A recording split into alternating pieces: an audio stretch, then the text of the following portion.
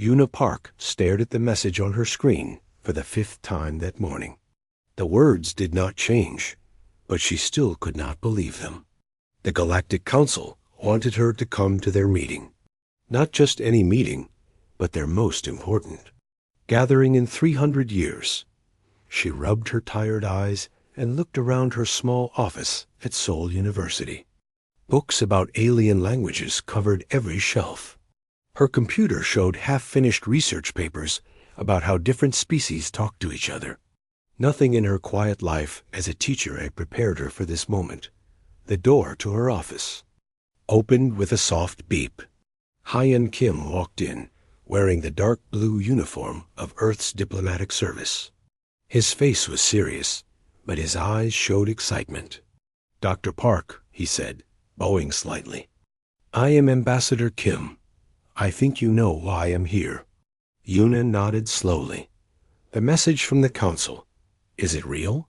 "Very real," Hyun replied, sitting down across from her desk.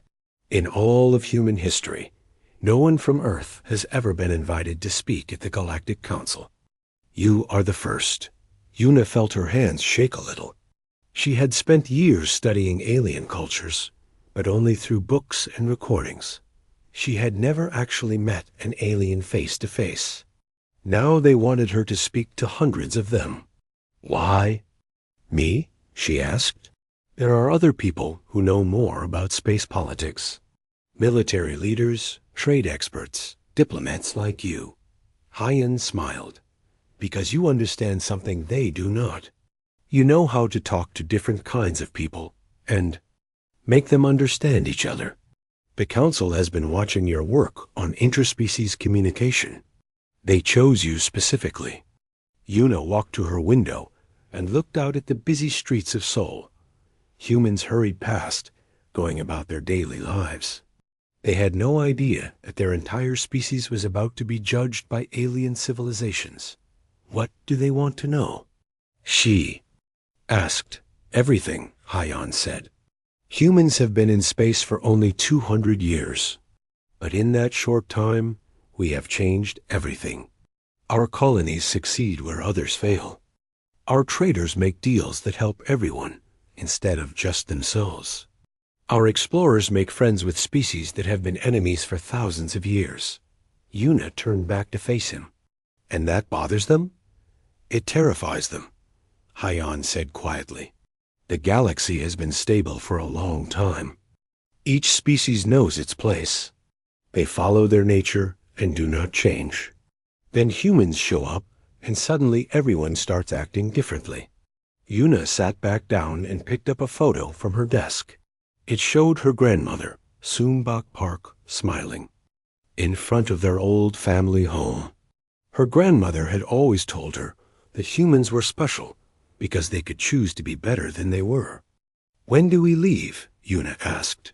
"Tomorrow," Hyun replied. "The ship New Bizin is waiting at the lunar station. We will travel for 2 weeks to reach Kepler Prime, where the council meets." That night, Una packed her few belongings. She chose simple: clothes and comfortable shoes. She brought photos of Earth and recordings of human music. Most importantly, she brought her grandmother's old journal, filled with stories about human kindness and courage. The next morning, she took a shuttle to the moon. The New Bizin was the most beautiful ship she had ever seen.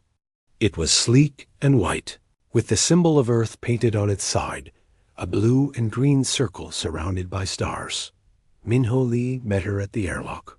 He was the ship's security chief, a tall man with kind eyes and steady hands.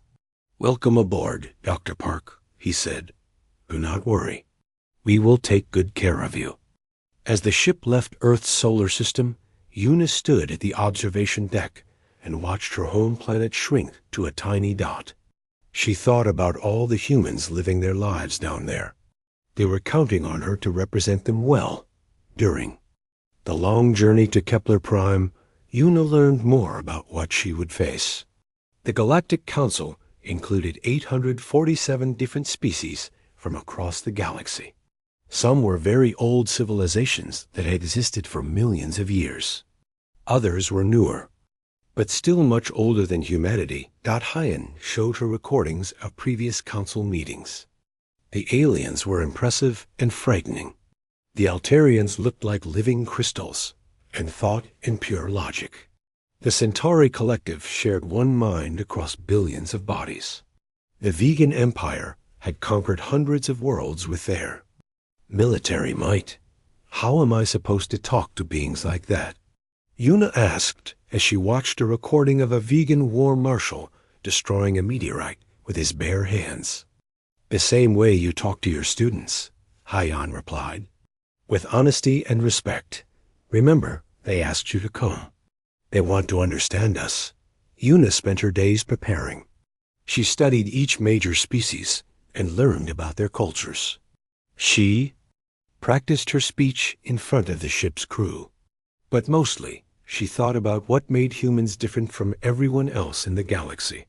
2 weeks later, Kepler Prime appeared on the ship's view screen. It was enormous, a space station the size of a small moon. Crystal spires twisted up from its surface, each one holding thousands of alien delegates. Ships from across the galaxy filled the space around it, their strange designs unlike anything humans had ever built. As the new Bizan docked, Yuna felt her heart beating fast. In a few hours, she would stand before the most powerful beings in the galaxy and try to explain why humans deserved a place among the stars. Minho. Lee appeared beside her at the viewport. Nervous? He asked. Yuna nodded. What if I say the wrong thing? What if I make them angry? Minho smiled.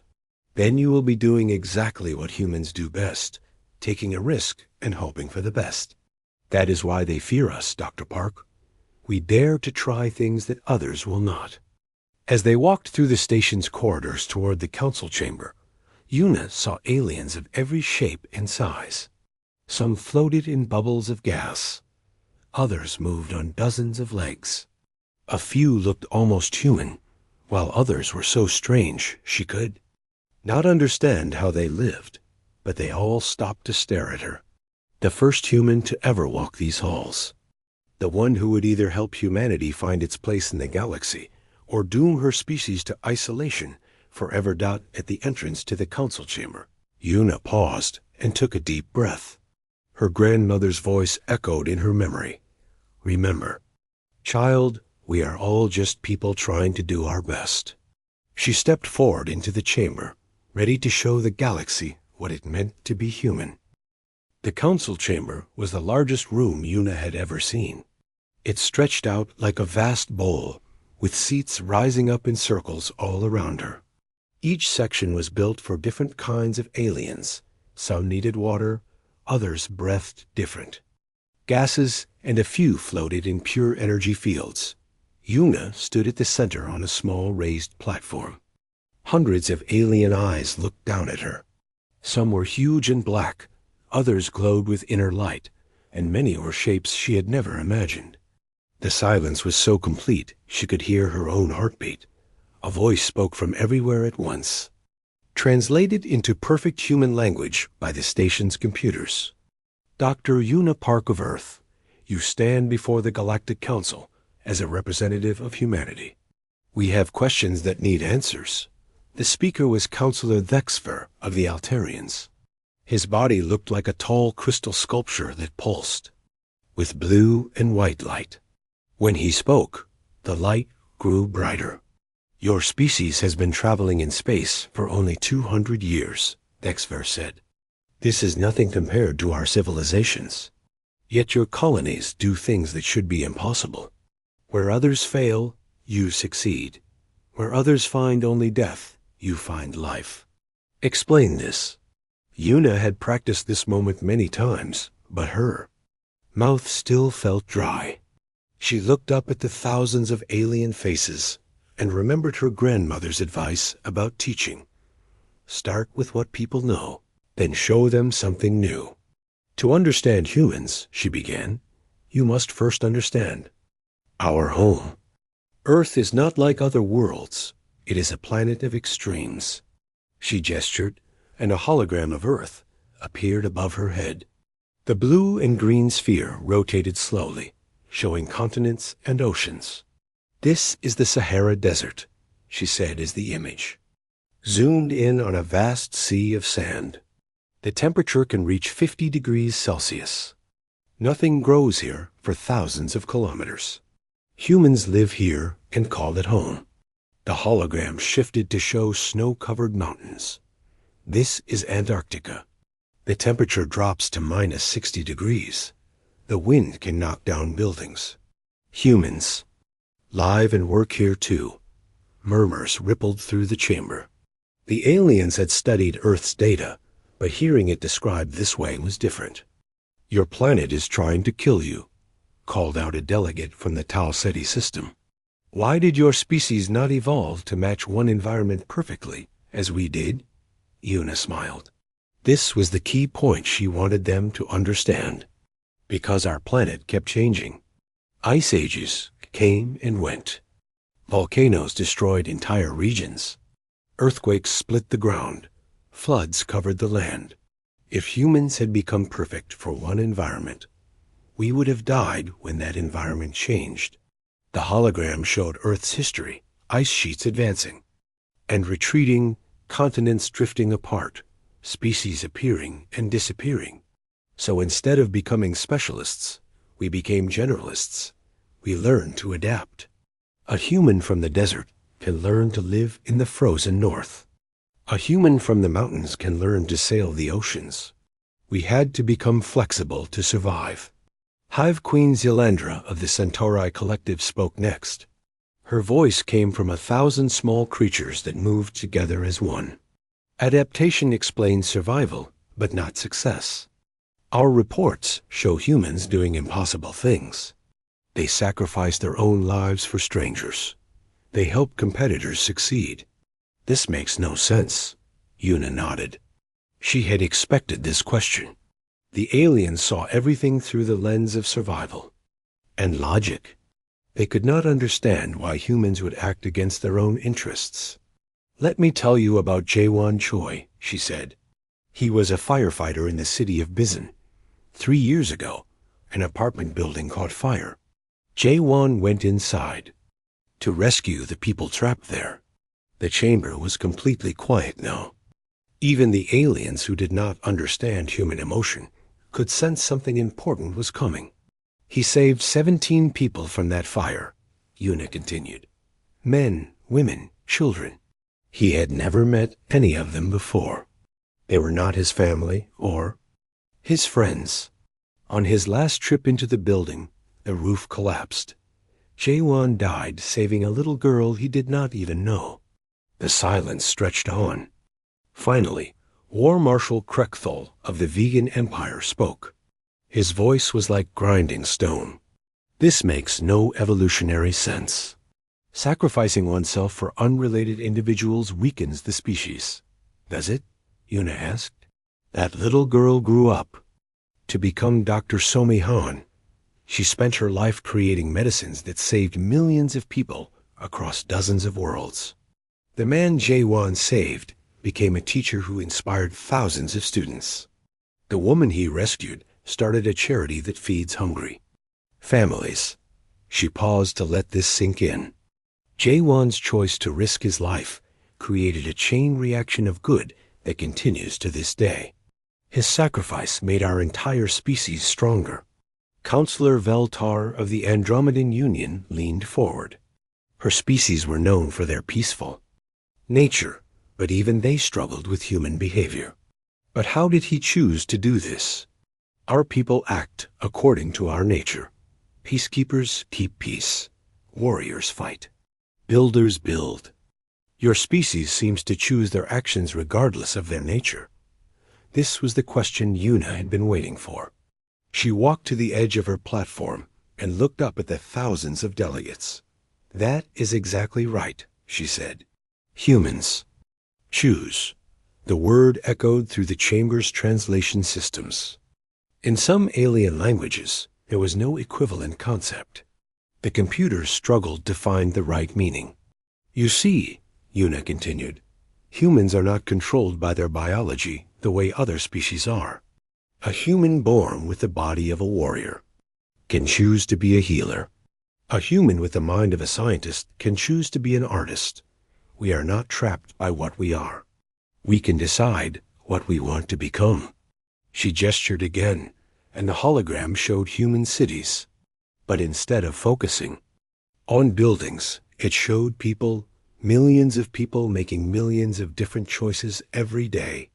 In every human settlement, you will find former soldiers who became teachers, former criminals who became heroes, former enemies who became friends. We change because we choose to change. The aliens stirred restlessly. This concept was disturbing to species that had evolved to fill specific roles. But this should create chaos, protested Elder Quendali of the ancient Syrian Concordat. How can a society function when individuals can change their purpose at will? Yuna grinned, the first truly human expression she had shown since entering the chamber. Several aliens recoiled, their translation systems unable to decode the mix of joy, mischief, and determination in that simple gesture. Now you are asking the right question, she said. How do humans create order from chaos? How do we build stable societies when everyone can choose their own path? The answer will surprise you. She looked around the chamber at the hundreds of species, each one specialized for their particular role in life. Each one perfect at what they did, but unable to become anything else. The answer is that we do not create order despite our ability to choose, she said. We create a better kind of order because of it. The chamber erupted in confused chatter as aliens tried to process this impossible statement. How could chaos lead to better order? How could unpredictability create stability? Yuna waited for the noise to die down. She had their attention now. They were beginning to understand that humans were not just another species to be catalogued and dismissed. They were something entirely new in the galaxy, not something that could change everything. The confused chatter in the council chamber slowly died down as Yuna raised her hand for silence. The aliens stared at her with a mixture of curiosity and concern. She had just claimed that chaos could create better order, which went against everything they understood about civilization. I know this sounds impossible, Yuna said, her voice carrying clearly through the vast chamber. Let me show you what I mean by telling you stories. Several aliens shifted uncomfortably. The concept of stories as a way to share information was foreign to most species. They preferred data, statistics, and logical proofs. Stories? Rumbled War Marshal Krek Thul. We did not come here to listen to fiction. These are not fiction, Yuna replied calmly. These are true events that show how humans really behave. And behavior, War Marshal, is what you really want to understand. She gestured, and a new hologram appeared, the image of a burning space. Station. This is Mining Station Kepler-7, on the edge of human space.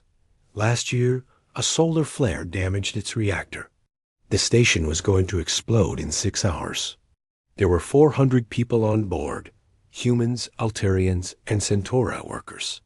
The hologram showed small ships evacuating the station.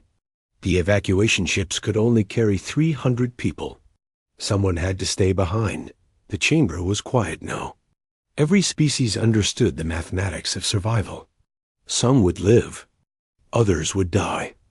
The question was who would decide and how.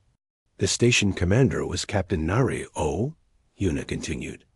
According to military protocol, she should have selected personnel based on their value to the mission.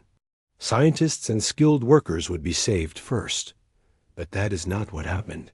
The hologram showed a woman in a captain's uniform standing in the station's control room, surrounded by people of different species. Captain O did something that confused everyone. She called a meeting and asked for volunteers to stay behind. She said the choice belonged to each person, not to her. Elder Koindali of the Syrian Concordat spoke up. That is inefficient. Emotional. Decision-making leads to poor outcomes, does it? Yuna asked. 50 people volunteered to stay.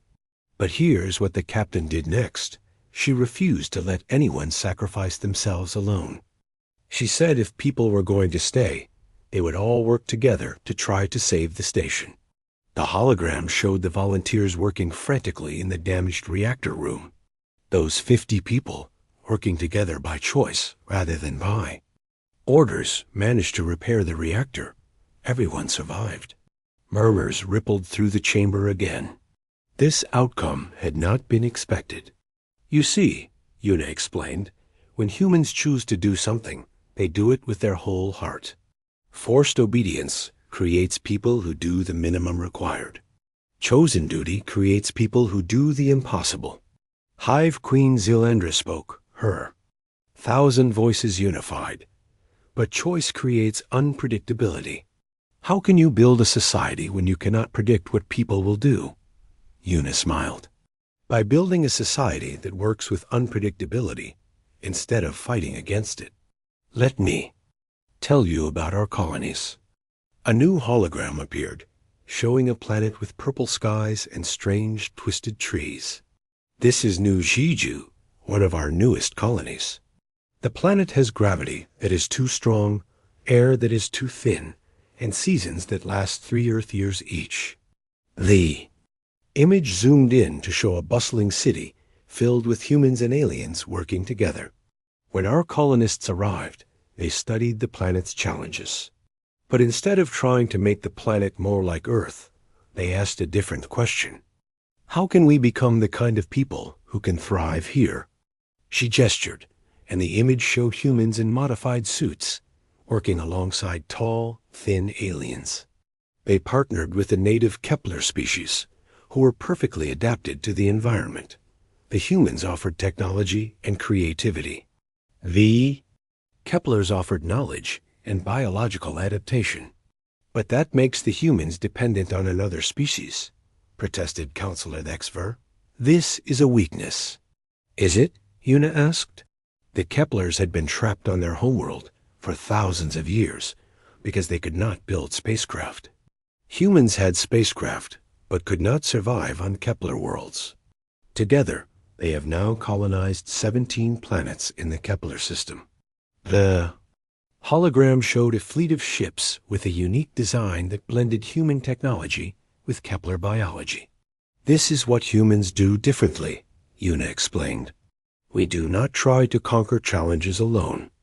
We find partners and create solutions that work for everyone. War Marshal Krekthal stood up, his massive form casting shadows across the chamber. You speak of cooperation, but humans also fight wars. You have conflicts within your own species. How do you explain this contradiction? Yuna had expected this question too. Human history was full of violence and conflict, and she would not try to hide it. You are absolutely right, she said. Humans do fight wars. We have made terrible mistakes. We have been cruel to each other and to other species. But that is part of what makes us human. We are capable of both great good and great evil. The hologram changed to show scenes from Earth's history, wars and peace treaties, destruction and rebuilding, hatred and love. The difference is that we learn from our mistakes. When we realize we have done wrong, we can choose to do better. A human who was once an enemy can become a friend. A human who once caused harm can spend their life helping others. She paused and looked directly at War Marshal Krekthal. Your species, the vegans, have been warriors for millions of years. You are very good at it. But you will always be warriors because that is your nature. Humans can choose to be warriors when we need to fight, can choose to be peacemakers when we need to heal. The War Marshal sat down slowly, his expression thoughtful. This flexibility is why human colonies succeed, Yuna continued. When we encounter a new challenge, we do not just apply our existing solutions. We become new kinds of people who can now handle new kinds of problems. Counselor Veltar of the Andromedan Union raised a tentacle. But if humans can change so much, How do you maintain any identity as a species? What makes a human human if you can become anything? This was the deepest question of all, and Una felt the weight of it. She thought of her grandmother's journal, full of stories about people who had changed and grown, but remained fundamentally human. That is the beautiful paradox of humanity, she said softly. We stay human by choosing to become more than we were. Our identity is not based on what we are, but on our capacity to choose what we will become. The chamber fell silent as hundreds of species tried to process this concept. A nature that was defined by the ability to transcend nature. An identity built on the freedom to create new identities. Every human carries within them the potential to be a hero or a villain, a creator or a destroyer, a leader or a follower. Una continued, what we actually become depends on the choices we make every single day. She gestured one final time, and the hologram showed Earth again, but this time it showed the diversity of human life. Cities and farms, art and science, individuals and communities, all existing together in chaotic harmony. This is why the galaxy finds humans so disturbing, she said. We prove that beings can be more than their programming.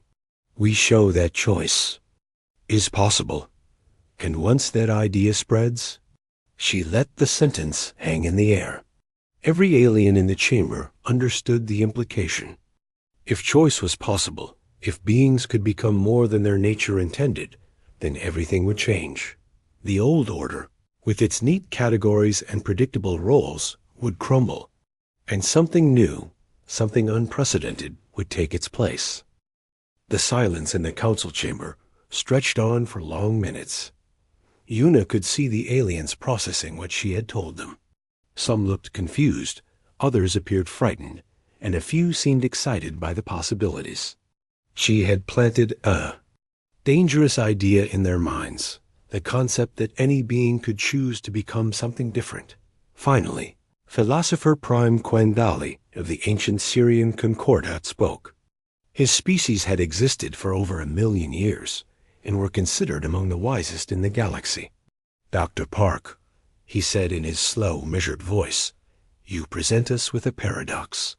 You say humans gain strength from chaos and unpredictability, yet you also speak of cooperation, trust, and working together. These concepts seem to contradict each other. Una walked to the center of her platform and looked up at the ancient being.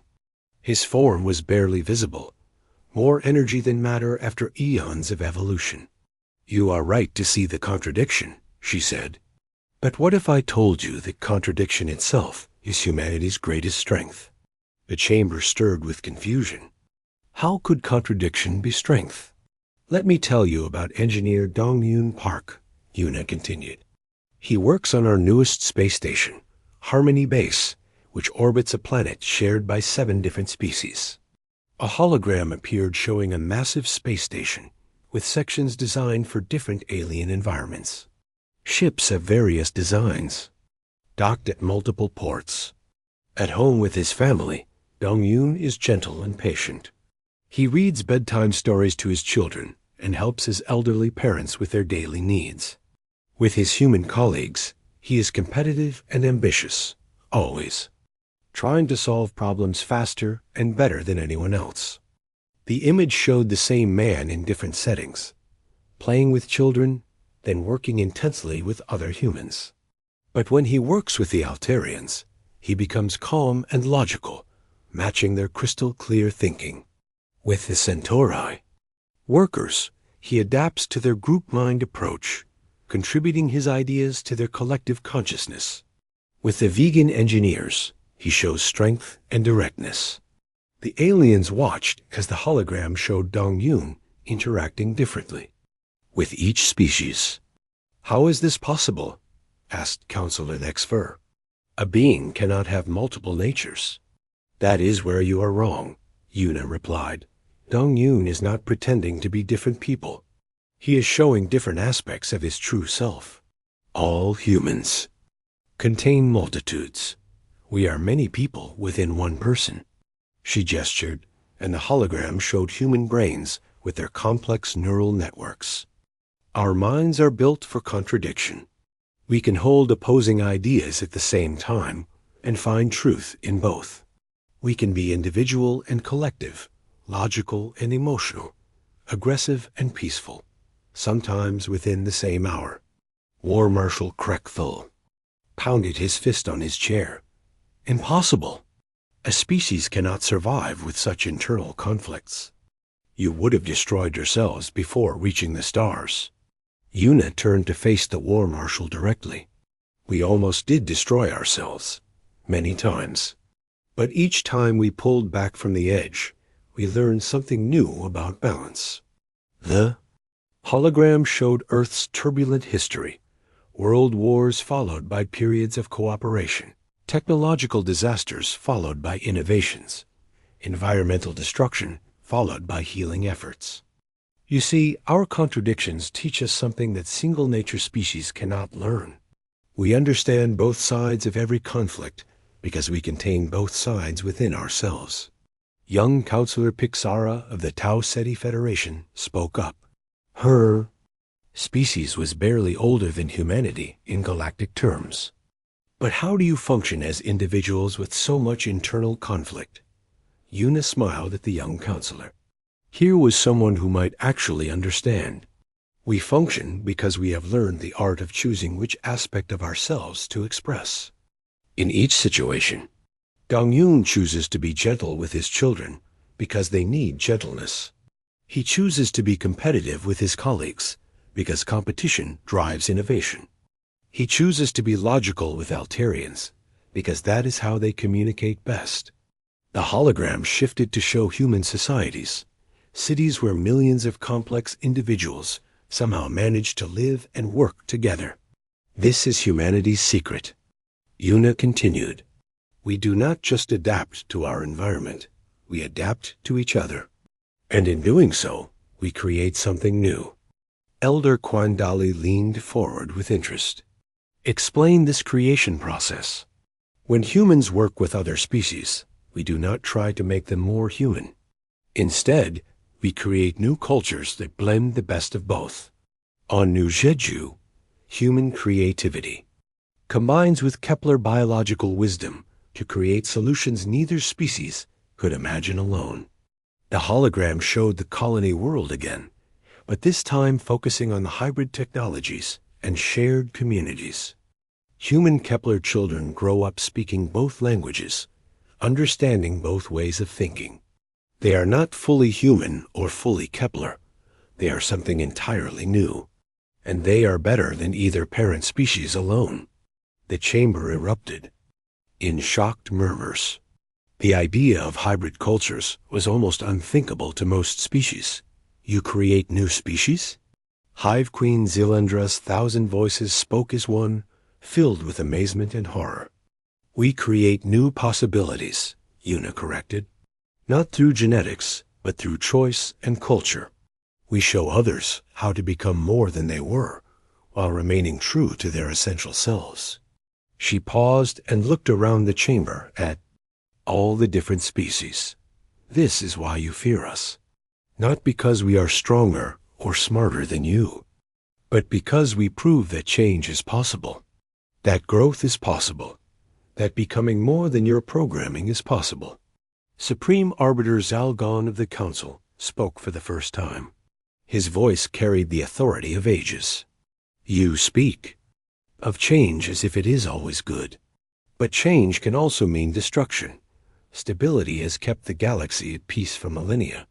Una nodded respectfully to the Supreme Arbiter. You are right that change can be dangerous. But is a peace built on fear of change really peace?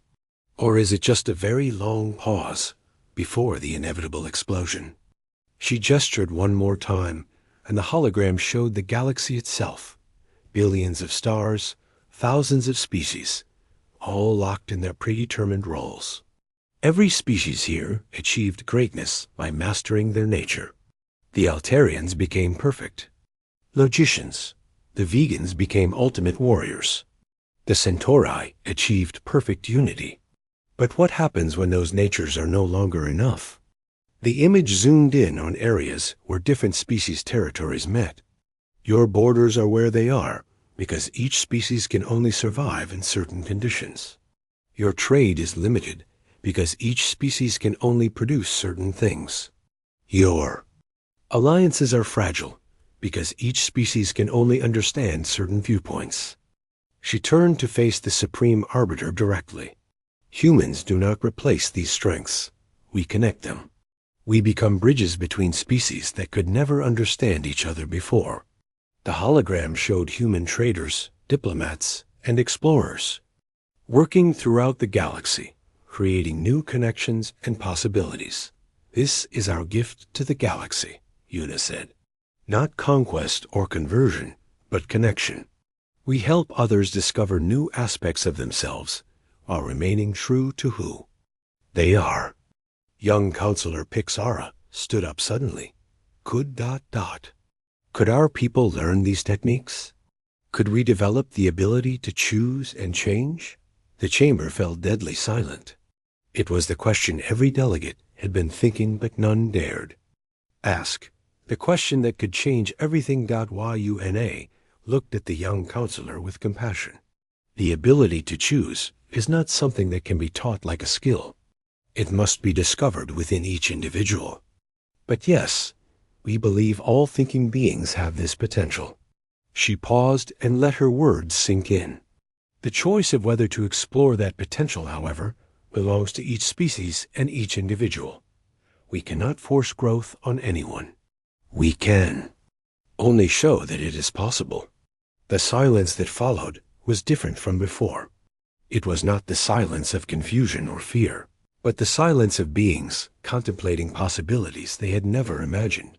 For the first time in galactic history, species were asking not what they must do, but what they could choose to become. A silence in the council chamber stretched on until it became almost unbearable. Una could feel the weight of history pressing down on this moment. Every species in the galaxy was represented here, and they were all grappling with ideas that challenged everything they had believed about themselves and their place in the universe. Supreme Arbiter Zalgon finally spoke, his ancient voice carrying the wisdom and caution of eons. Dr. Park, we summoned you here to understand why humanity has become such a disruptive force in our ordered galaxy. Now we see that the disruption runs much deeper than we imagined. Una nodded, feeling both proud and terrified of what she had unleashed. Yes, Supreme Arbiter, we do represent fundamental change, but not the kind of change that destroys, the kind that helps things grow. Growth can be another word for chaos, rumbled War Marshal Krekthol. For millions of years, each species has known its role. Warriors fight, builders build, thinkers think. This system has brought stability to the galaxy, has it? Una asked gently. Or has it created a prison where no one can become more than they already are? She gestured, and a final hologram appeared, not of any specific world, but of potential itself. It showed the same galaxy, but with new connections forming between species, new technologies emerging from cooperation, new cultures blossoming in the spaces between old boundaries. Humans do not want to destroy your system, she continued. We want to expand it, to create spaces where Altarian logic can dance with Centauri intuition, where vegan strength can protect Andromedan gentleness, where ancient Syrian wisdom can guide young Tau Ceti enthusiasm. Elder Quaingalia's energy form flickered with interest. You speak of combinations that have never existed. How do you know they would be beneficial rather than destructive? Because we have seen it work, Una replied. On every human colony, in every mixed cruise ship, in every trade station where our species meet. When beings are free to choose how they interact, they choose cooperation more often than conflict. Young Counselor Pixara stood up again, her voice shaking with excitement and fear. But if we accept these ideas, everything will change. Our societies, our governments, our entire way of life. Yes, Una said simply. Everything will change. But slowly, carefully, by choice rather than force. And only for those who wanted to change. Hive Queen Zelandra's 1,000 voices spoke. In unison. What of those who choose not to change? What of species that prefer their traditional ways? They remain exactly as they are, Una answered. Choice includes the choice to stay the same.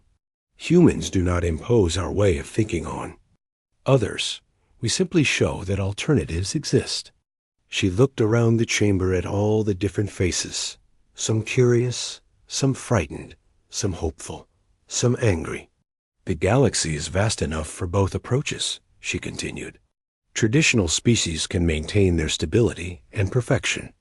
Experimental species can explore new possibilities. And in the spaces between, new forms of life and culture can emerge. Counselor Thexver's crystal form pulsed with uncertain light. But how can we predict the outcomes of such changes? How can we maintain order without predictability? Una smiled. That uniquely human expression that had puzzled the aliens throughout her presentation. You cannot predict the outcomes. That is what makes them worthwhile. You can only trust that thinking beings, given the freedom to choose, will usually choose to build rather than destroy. Trust, repeated War Marshal Krekthal, as if the word was foreign to him. You ask us to trust in chaos. I ask you to trust. In choice, Una corrected. And choice is only chaos to those who are afraid of it. Supreme Arbiter Zalgon raised his hand for silence. Dr. Park, you have given us much to consider. Your presentation has been illuminating. But now we must ask the critical question. What does humanity want from this council? This was the moment Una had been preparing for throughout the entire journey. The question that would determine humanity's future in the galaxy. We want nothing from you, she said, and the chamber stirred with surprise. We offer something. To you instead. She stepped to the very edge of her platform, as close to the assembled delegates as she could get. We offer partnership without domination. We offer the chance to explore new possibilities without abandoning old certainties. We offer to be bridges between species that have never been able to understand each other. The hologram changed to show a new kind of space station, one designed not for any single species, but as a meeting place where different kinds of beings could interact safely and comfortably. This is our proposal, Una continued. We will build places where choice is possible, where beings from any species can come to explore new aspects of themselves, where hybrid cultures can develop naturally, where the rigid boundaries between species can become permeable membranes that allow for growth and change. And if we refuse? Asked Elder Quaindali. Then nothing changes for you, Una replied. You continue as you always have. We will respect your choice and leave you in peace. Counselor Pixara stood up once more, her voice stronger now. And if we accept, what would participation involve? Una felt her heart leap with hope. At least one species was willing to consider the possibilities. It would start small, she said. Exchange programs, joint research projects, cultural festivals, trade partnerships where both sides benefit equally. No one would be required to change anything about their fundamental nature. She paused and looked directly at the young counselor. But those who wanted to explore new aspects of themselves would have the opportunity to do so. The chamber erupted in discussion as delegates turned to each other, debating in dozens of languages. Some species seemed horrified by the proposal. Others appeared intrigued. A few looked genuinely excited. Supreme Arbiter Zalgon called for order. We will need time to consider this proposal. The implications are significant. Of course, Una agreed. This decision cannot be rushed. Take all the time you need. As she spoke, she noticed something that filled her with quiet joy. Throughout the chamber, delegates were talking to each other across species lines in ways they never had before. Altarians were asking vegans about the nature of choice. Centauri were wondering aloud about individual identity. Andromedans were discussing the benefits of controlled change. Her presentation had already begun to work. Just by talking about the possibility of choice and growth, she had planted seeds of curiosity in minds that had been closed for millennia. War Marshal Krekthal stood up and walked down to the chamber floor. For a moment, Una thought he might be coming to challenge her physically. Instead, he stopped at a respectful distance and studied her with his ancient eyes. "Human," he said slowly, "you have done something unprecedented today. You have made this old warrior question things he has never questioned before. I do not know if that is good or bad, but it is ... interesting." He turned and walked back to his seat, leaving Una with a sense that something fundamental had shifted in the galaxy's most fearsome military leader. Supreme Arbiter Zal Gon stood up, signaling the end of the session.